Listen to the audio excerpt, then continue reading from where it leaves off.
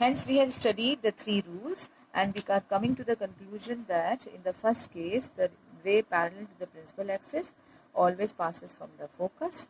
In the second ray, when the ray is coming from the focus, it always becomes parallel to the principal axis.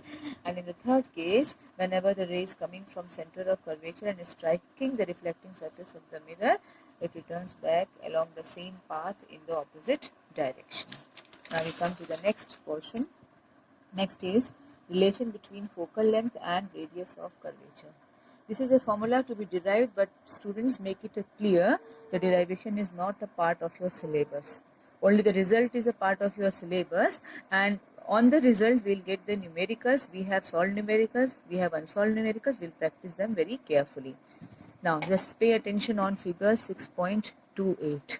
You can see a concave mirror in the figure, the incident ray AP, and it is reflected as PF, and it is obeying the first rule, that is the ray parallel to the principal axis passes from the focus. You are drawing the normal, which is the dotted line shown in the figure meeting at C. So angle I equals to angle R. It is written as theta theta. I and R are equal. I'll just explain you the derivation, but you will not mug up that derivation. You will not practice the derivation because that is not part of your syllabus. You can see that in the figure I equals to R. Angle APC equals to angle CPF equals to theta. Now concentrate on triangle PCF. In the triangle PCF, you will find that this triangle, angle APC, this angle APC, this angle equals to angle PCF. Why? Because the principal axis and the incident ray, they are parallel to each other. This is behaving as a transversal. So you are getting a pair of alternate angles. You have already studied in maths. You know this much part of the maths. We are applying it in physics now. The two parallel rays and the transversal, a pair of alternate angles are always equal. So we are writing theta in this triangle at this place also. These two are equal. Clear now? So concentrate on the triangle now, PCF. PCF, you find that this angle is theta, this angle is theta. Again, go to the maths back again. In a triangle, when any two angles are equal, the sides opposite to the equal angles are equal. Therefore, CF equals to PF, and hence this is an isosceles triangle. We just suppose now that this point P is very much close to C, very much close to O. Point P is not very far from O as it is shown in the diagram. It is very much close to O. If it is very much close to O negligibly, very close, in that case the distance PF and distance OF both becomes equal. And if both are equal, in that case you see that CF equals to PF equals to OF. Clear? We have already studied that. The distance from O to C is called radius of curvature, denoted by capital R. This is denoted by capital R. And distance from O to F is denoted by small f. And we are saying that these two lengths are equal.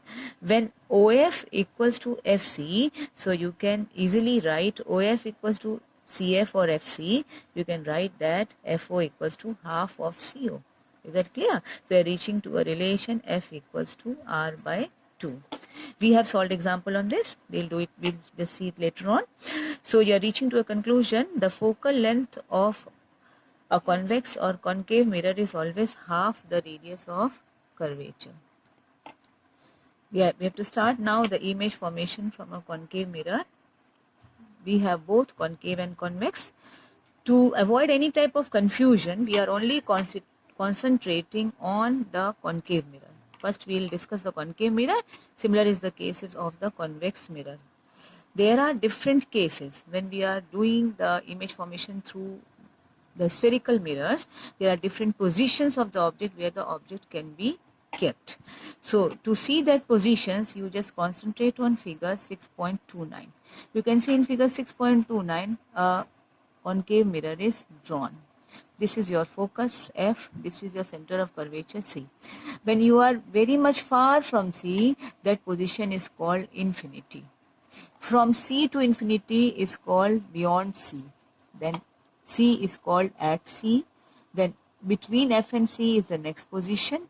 At F is the next position, and between O and F is the last position. So now see to this table in your book. You can see the different positions. We are starting from the mirror.